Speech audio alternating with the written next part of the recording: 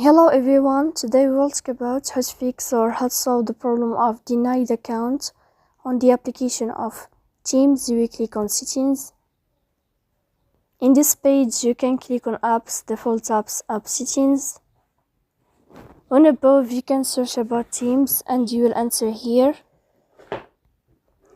Then you can click on first stop and you can click OK.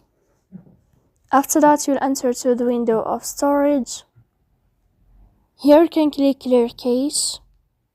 Don't click clear data because that can cause you errors or can delete your account.